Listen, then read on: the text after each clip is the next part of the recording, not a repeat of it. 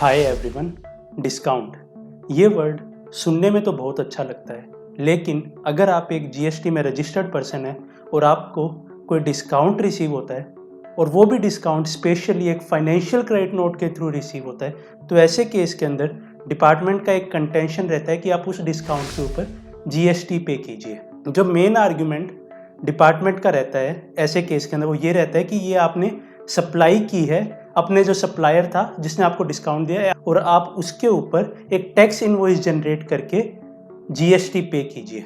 अगर आप जीएसटी में रजिस्टर्ड पर्सन है तो आपने ये सिचुएशन अब तक डील की हो सकती है अपने नोटिस के अंदर, डिपार्टमेंट के नोटिस के अंदर। और अगर आपने अभी तक ऐसी कोई भी सिचुएशन डील नहीं की लेकिन आपके पीएल अकाउंट के अंदर अगर कोई डिस्काउंट रिसीव आ रहा है तो इन फ्यूचर आपके पास डिपार्टमेंट की तरफ से इस तरह का कोई नोटिस आ सकता है। सो हमारे लिए एक इम्पोर्टेंट चीज़ ये बन जाती है कि अगर डिपार्टमेंट ये स्टैंड ले रहा है डिस्काउंट को लेके, तो हम समझे कि एक्चुअली में डिस्काउंट का क्या ट्रीटमेंट दिया हुआ है जीएसटी एक्ट के अकॉर्डिंग, और हम समझे कि इन फ्यूचर अगर हमारे पास ऐसा कोई मैटर आता है तो उसको हम कैसे डिफेंड कर सकते हैं, या जो ऑलरेडी नोटिस हमारे पास है उसके अंदर हम कैसे डिफेंड कर सकते हैं जो डिस्काउंट के ऊपर हमारे से जीएसटी लिया जा डिस्काउंट के ऊपर जो हमसे जीएसटी मांगा जा रहा है। तो इस चीज़ को समझने के लिए हम सबसे पहले चलते हैं section 15 of the CGST act. Section 15 of the CGST act बात करता है वैल्यू ऑफ सप्लाई की। वैल्यू ऑफ सप्लाई का मतलब अगर आप सीधा सीधा समझे तो ये होता है कि जीएसटी किस अमाउंट के ऊपर लगेगा। तो वैल्यू ऑफ सप्लाई के अंदर जो सबसेक्शन 3 है, सबसेक्शन 3 ऑफ सेक्शन 15, वो बात करता है डिस्काउंट के रिगार्डिंग।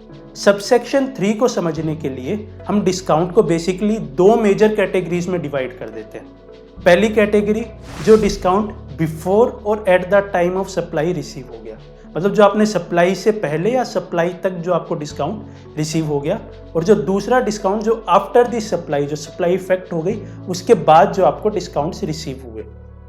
सो जो डिस्काउंट्स बिफोर और eight the time of supply आपको रिसीव हो गए, ऐसे केस के अंदर इसका सिंपल ट्रीटमेंट ये होता है कि वो आपकी वैल्यू में से कम होगा। तो जब आप अपनी इनवॉइस जनरेट करेंगे उन सप्लाईज के लिए, तो आप क्या करेंगे, जितनी आपकी सप्लाई की वैल्यू है, मान लीजिए 1 लाख रुपए, उसमें से जो मान लीजिए आपने 10,000 रुपये का डिस्काउंट दिया, तो आप 90,000 रुपये के ऊपर जीएसटी लगा के वो इनवॉइस रेज कर देंगे।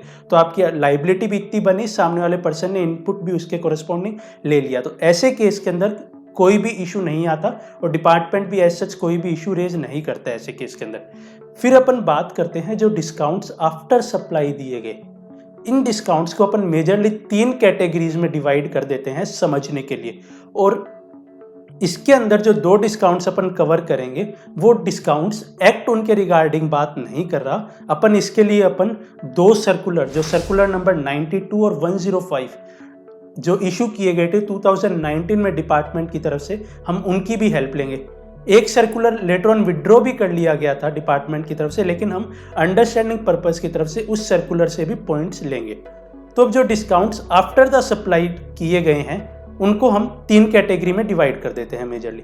पहली कैटेगरी जो है वो उन डिस्काउंट्स की है जिनकी terms eight the time of supply कुछ एग्री की गई थी, इसके बारे में अपन अभी डिस्कस करते हैं। अपन दूसरी वो जिसकी terms eight the time of supply कोई भी टर्म्स एग्री नहीं की गई उस डिस्काउंट के रिगार्डिंग, और तीसरा वो डिस्काउंट जिसके साथ कोई कंडीशन अटैच्ड है। तो अपन इन तीनों डिस्काउंट्स की कैटेगरी को एक एक करके समझते हैं। तो जो पहली कैटेगरी जिसके साथ कुछ टर्म्स अटैच कर दी गई थी at the time of supply ही, मतलब किस तरह के डिस्काउंट्स यहाँ पे कवर हो रहे हैं। आप समझिए कि आपने जब सप्लाई की और एक कंडीशन उस वक्त आपने क्या रखी कि मान लीजिए आपने पूरे साल में 10,000 यूनिट्स परचेज कर ली तो हम आपको 5% डिस्काउंट दे देंगे। आपने 20,000 यूनिट्स परचेज कर ली तो हम आपको 10% डिस्काउंट दे देंगे जितनी भी आपकी परचेजेस है उस पर। तो ये टर्म्स तो आपने किस तरह से ये डिस्काउंट दिया जाएगा वो तो आप एग्री कर चुके हैं सप्लाई के वक्त, लेकिन ये डिस्काउंट कितना होगा वो आपको ईयर एंड पे जाके पता लगेगा। सो इस तरह के डिस्काउंट्स अपन कैटेगरी 1 के अंदर कवर कर लेते हैं। तो इन तरह के डिस्काउंट्स का ट्रीटमेंट क्या होगा, तो ये चीज़ अपन को सेक्शन 15 का सबसेक्शन 3 बताता है। तो इस तरह के डिस्काउंट्स की वैल्यू अपन जो अपनी सप्लाई की वैल्यू है उसमें से लेस कर देते हैं। तो ये वैल्यू किस तरह से लेस होगी? ये वैल्यू लेस होगी अपन सेक्शन 34 के अकॉर्डिंग एक क्रेडिट नोट इशू किया जाएगा और उस क्रेडिट नोट के अकॉर्डिंग उस क्रेडिट नोट की रिपोर्टिंग बोथ सप्लायर रेसिपिएंट अपने क्रेडिट नोट की रिपोर्टिंग करेंगे और उस क्रेडिट नोट के कोरस्पॉन्डिंग आपका जो सप्लायर है वो अपनी आउटपुट लायबिलिटी कम कर देगा और रेसिपिएंट अपना उतना इनपुट कम हो जाएगा रेसिपिएंट का एक तरह से। तो इस तरह से जो पहले से एग्री कर ली गई थी जिसकी टर्म्स, उस डिस्काउंट्स का ट्रीटमेंट हो जाएगा कैटेगरी 1 के अंदर। अब जो दूसरा डिस्काउंट्स वो जिसकी टर्म्स पहले एग्री नहीं की गई थी at the time of supply. तो ये किस तरह के डिस्काउंट्स हो सकते हैं? तो अपन एग्जांपल लेते हैं एक मोबाइल फ़ोन इंडस्ट्री का इस डिस्काउंट को समझने के लिए। तो जैसे कि आप जानते हैं कि मोबाइल्स के prices over the period of time गिरते रहते हैं। मान लीजिए कोई फ़ोन 1.5 लाख रुपए का आया था कोई टाइम पे और वो उस फ़ोन के price over the period 1.5 lakh से 1.25 लाख 1 लाख रुपए तक आना एक जनरल बात होती है। तो ऐसे केस के अंदर एक मान लीजिए मोबाइल फ़ोन का मैन्युफैक्चरर है, उसका डीलर और वो फ़ोन आगे सप्लाई करता है। तो फ़ोन जब वो आगे सप्लाई करता है, कम प्राइस पे वो सप्लाई करता है आगे, उसको लॉस ना हो तो मैन्युफैक्चरर एक डिस्काउंट्स दे देते हैं उस डीलर को, ताकि उस डीलर को लॉस बियर ना करना पड़े। ऐसे डिस्काउंट की बात eight the time of supply कुछ नहीं की जाती, कोई भी टर्म्स कोई भी एग्रीमेंट उस वक्त डिसाइड नहीं किया जाता। आगे जाके इन फ्यूचर जो मार्केट कंडीशंस होती है उसके बेसिस पे ये डिस्काउंट दिया जाता है। तो इस डिस्काउंट के केस के अंदर क्या ट्रीटमेंट होगा? तो इस डिस्काउंट को समझने के लिए हम सर्कुलर की हेल्प लेते हैं और सर्कुलर ये बोलता है कि इस तरह के डिस्काउंट्स की आप सप्लाई की वैल्यू में से उसे लेस नहीं कर सकते। जैसे आपने जो फर्स्ट कैटेगरी के डिस्काउंट से जहाँ पे टर्म्स पहले ही एग्री हो चुकी थी, उस तरह से आप अपनी सप्लाई की वैल्यू में से कम नहीं कर सकते। और उसने साथ के साथ जब ये बात थी तो लोगों ने ये पूछा कि आप सप्लाई की वैल्यू में से तो कम नहीं कर सकते, तो क्या हम सेक्शन 34 के अकॉर्डिंग इसके अंदर एक जीएसटी का क्रेडिट नोट इशू कर सकते हैं? तो सर्कुलर ने ये बात भी क्लैरिफाई की कि इसके अंदर आप जीएसटी का क्रेडिट नोट इशू नहीं कर पाएंगे। इसके अंदर आप क्या कीजिए, एक फाइनेंशियल या कॉमर्शियल क्रेडिट नोट इशू कर दीजिए। तो फाइनेंशियल या कॉमर्शियल क्रेडिट नोट क्या होता है? ये एक सिर्फ कॉमर्शियल ट्रांजैक्शन को गिव इफेक्ट करने के लिए होता है। इसके अंदर जीएसटी का इन्वॉल्वमेंट नहीं होता, जीएसटी का कंपोनेंट नहीं होता, जीएसटी की लायबिलिटी के ऊपर कोई भी इम्पैक्ट नहीं आता। तो मान लीजिए 1 लाख रुपए का कोई फ़ोन, 1 लाख रुपए की कोई सप्लाई थी, उसके कोरस्पॉन्डिंग 10,000 रुपए का आपने फाइनेंशियल क्रेडिट नोट इशू कर दिया, तो इससे जीएसटी की लायबिलिटी पे कोई इम्पैक्ट नहीं पड़ेगा। बस एक कॉमर्शियली दोनों ने एक ट्रांजैक्शन कर लिया जिसके बेसिस पे सामने वाले इंसान को 10,000 रुपए कम पे करने पड़ेंगे। तो इस ट्रांजैक्शन का एक्चुअल इम्पैक्ट ये आ रहा है कि आपकी ये डिस्काउंट मिलने के बाद भी जीएसटी की लायबिलिटी कहीं पे भी कम नहीं हो रही। तो इसके अंदर एक क्वेश्चन और लोगों ने पूछा कि क्या रेसिपिएंट जो है जिसे फाइनेंशियल क्रेडिट नोट के थ्रू डिस्काउंट मिला है, क्या वो अपना आईटीसी पूरा क्लेम कर पाएगा या उसने जो कंसीडरेशन कम पे की उस सप्लाई के कोरस्पॉन्डिंग उतना आईटीसी भी वो कम कर पाएगा क्लेम? तो ऐसे के अंदर डिपार्टमेंट ने चीज़ क्लैरिफाई की कि आप आईटीसी पूरा क्लेम कर पाओगे क्योंकि आपने जीएसटी पूरा पे कर दिया है और जीएसटी जो आप पे करोगे अपने सप्लायर को वो आगे फर्दर गवर्नमेंट को रेमिट कर देगा। तो ऐसे केस के अंदर आप अपना आईटीसी तो पूरा क्लेम कर पाओगे। तीसरा केस जिसके अंदर कोई कंडीशन अटैच कर दी गई, कोई स्पेसिफिक कंडीशन अटैच कर दी गई, ये किस तरह के डिस्काउंट्स है? इसके अंदर आप समझिए, मान लीजिए कि आपके सप्लायर ने बोल दिया कि आपको कोई एडवर्टाइजमेंट एक्टिविटी कैरी आउट करनी है या उन्होंने बोल दिया कि आपको कोई एग्जीबिशन लगाना है। अगर आप ये कंडीशन सेटिस्फाई करते हो तो आपको डिस्काउंट मिल जाएगा। तो इसके अंदर आपको ये चीज़ समझना जरूरी हो जाता है कि सर्कुलर ये बात बोलता है कि ये एक्चुअली में कोई डिस्काउंट नहीं है, ये आप एक सर्विस रेंडर कर रहा है रेसिपिएंट अपने सप्लायर को, जैसे कि एडवर्टाइजमेंट सर्विस रेंडर कर दी, एग्जीबिशन लगाने की सर्विस रेंडर कर दी। तो इसके लिए वो एक अलग से टैक्स इनवॉइस बनाएगा, उसके ऊपर जीएसटी भी चार्ज करेगा और वो जीएसटी गवर्नमेंट को पे करेगा। तो इसके अंदर सर्कुलर ने चीज़ क्लैरिफाई की कि यहाँ पे जीएसटी पे करने की भी लायबिलिटी आएगी इस डिस्काउंट के अंदर। तो आपको जो कैटेगरी 2 और कैटेगरी 3 के डिस्काउंट्स है इसके अंदर एक क्लियर डिस्टिंक्शन एस्टैब्लिश करना जरूरी है।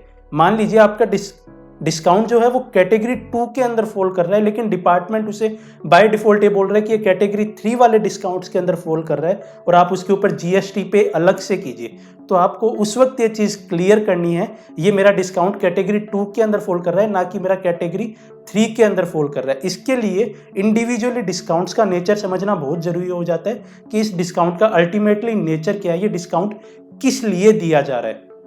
तो उस बेसिस पे आप इस चीज़ से अपना डिफेंड कर सकते हैं डिपार्टमेंट से कि डिपार्टमेंट डायरेक्टली अगर आपके डिस्काउंट के ऊपर जीएसटी चार्ज करना चाह रहा है तो आप ये आर्ग्यूमेंट के थ्रू इस चीज़ को डिफेंड कर सकते हैं। अगली चीज़ जो आती है, इस फाइनेंशियल क्रेडिट नोट के थ्रू जो डिस्काउंट दिया जा रहा है उसके अंदर भी एक इशू क्या आया कि मान लीजिए मैन्युफैक्चरर ने अपने डीलर को कोई डिस्काउंट दिया और डीलर आगे वो प्राइस जो आगे जो सप्लाई कर रहा है वो कम रेट के ऊपर सप्लाई कर रहा है, तो ऐसे केस के अंदर सर्कुलर ने बोला कि जो डिस्काउंट की वैल्यू जो मैन्युफैक्चरर अपने डीलर को दे रहा है वो आगे की जो उसकी ट्रांजैक्शन वैल्यू है उसके अंदर ऐड कर दी जाएगी और उसके ऊपर पूरी अमाउंट के ऊपर जीएसटी लिया जाएगा। तो आप समझिए इस ट्रांजैक्शन के अंदर हो क्या रहा है। जो फाइनेंशियल क्रेडिट नोट के थ्रू डिस्काउंट दिया जा रहा है, पहले तो यहाँ पे जीएसटी पूरी अमाउंट के ऊपर ही लग रहा है, वैल्यू कम नहीं हो रही, पूरी अमाउंट के ऊपर जीएसटी लगाया जा रहा है और आगे वो डिस्काउंट आगे और ऐड ऑन कर दिया जा रहा है जिसके ऊपर दोबारा एक टैक्स लिया जा रहा है। तो ऐसे केस अगर आपके साथ हो रहा है तो उसको डिफेंड करने के लिए हम एक रिसेंट जो केस लो ऑनरेबल मद्रास हाई कोर्ट की तरफ से एक डिसीजन आया है उसकी हेल्प लेते हैं। In case of supreme paradise का ये मैटर है। सुप्रीम पैराडाइज क्या है, एक मोबाइल का डीलर था जिसे डिस्काउंट रिसीव हुआ अपने मैन्युफैक्चरर से और वो डिस्काउंट रिसीव हुआ और सुप्रीम पैराडाइज ने आगे मोबाइल कम रेट्स के ऊपर सप्लाई किए। तब डिपार्टमेंट का ये कंटेंशन था कि आप वो डिस्काउंट ऐड करके पूरी अमाउंट के ऊपर जीएसटी दीजिए।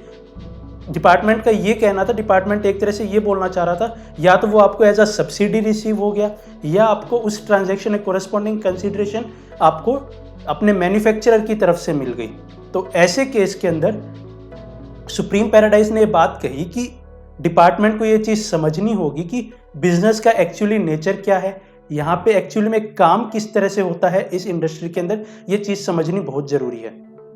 जब इसके अंदर पेटिशनर ने अपने आर्ग्यूमेंट्स रखे, सुप्रीम पैराडाइज ने अपने आर्ग्यूमेंट रखे, उन्होंने पहली बात कही कि अगर इस तरह से मेरी आगे की फर्दर सप्लाईज के अंदर उस डिस्काउंट को ऐड ऑन कर दिया जाएगा तो ये मेरे ऊपर उस सेम डिस्काउंट के अमाउंट पे 2 बार टैक्स लिया जा रहा है, क्योंकि ना ही तो वो डिस्काउंट मेरी पहले की जो सप्लाई थी उसकी वैल्यू में से कम हुआ और आगे आप दोबारा ऐड ऑन करके इसके ऊपर टैक्स दोबारा से ले रहे हो। तो उन्होंने अपना पहला आर्ग्यूमेंट ऑनरेबल कोर्ट के सामने ये रखा।